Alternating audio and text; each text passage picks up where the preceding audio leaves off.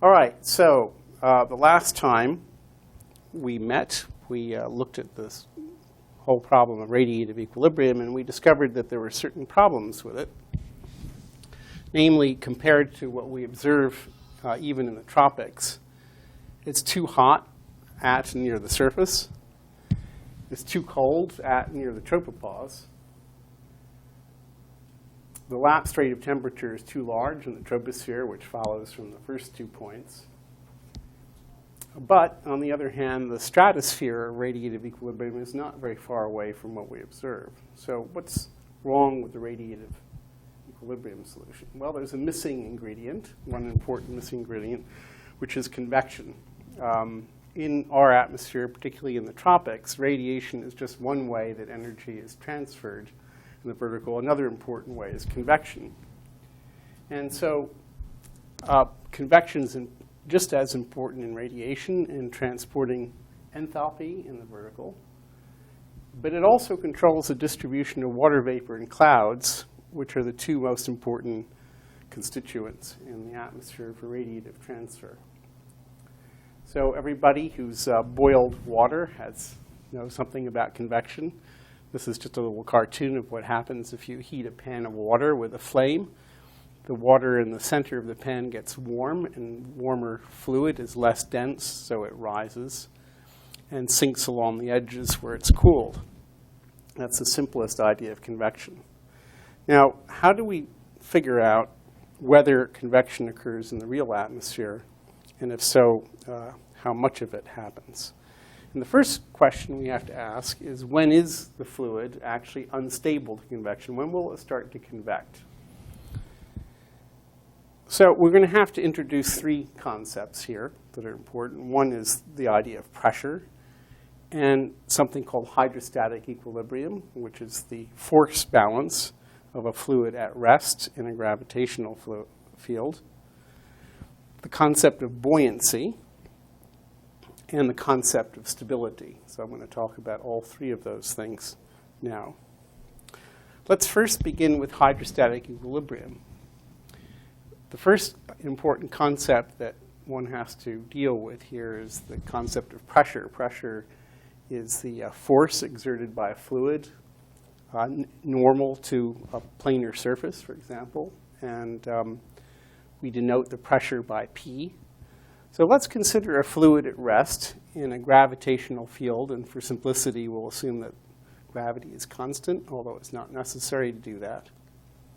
And we'll allow the pressure to vary in the vertical, which is the direction parallel to gravity. And so let's consider a virtual box of fluid. That is a massless box, just some boundaries that we draw in the fluid itself.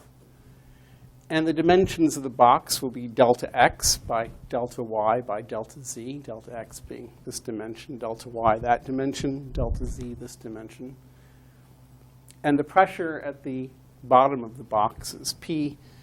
The pressure at the top of the box is P plus some increment delta P, which might be negative. And we'll assume that the gravitational acceleration is G acting downward. So there are really three forces acting on this box.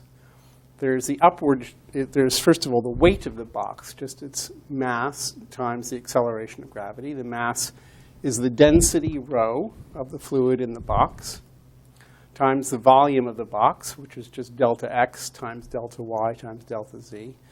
That multiplied by gravity is the weight, and we put a minus sign because it's operating in the negative z direction. Then there's an upward force on the base of this box, and also on the top. At the base of the box, it's just the pressure per unit area, P, exerted by a fluid, times the area of the bottom face of the box. And then at the top, acting downward, is the pressure P plus delta P, also multiplied by the area of the box.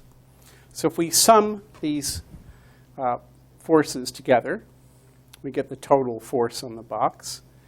And we can write Newton's law, F equals ma, this way. So this is the mass of the box times the acceleration in the vertical direction. So W is the velocity of the box in the positive z direction its time rate of change is the acceleration in the z direction. So this is mass times acceleration is equal to the sum of these, the weight and the pressure force.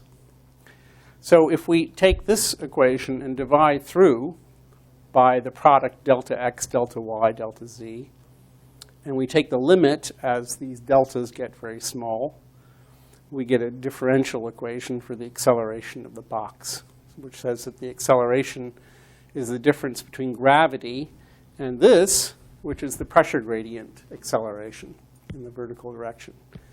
It's the vertical gradient of pressure in the fluid multiplied by something called the specific volume, which is just 1 divided by the density.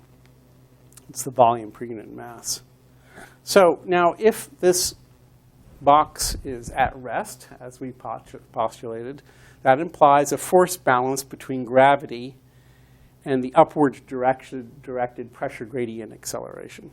So these two terms must balance, and that balance is called hydrostatic balance. And to a very good approximation, the atmosphere is always in hydrostatic equilibrium, as is the ocean.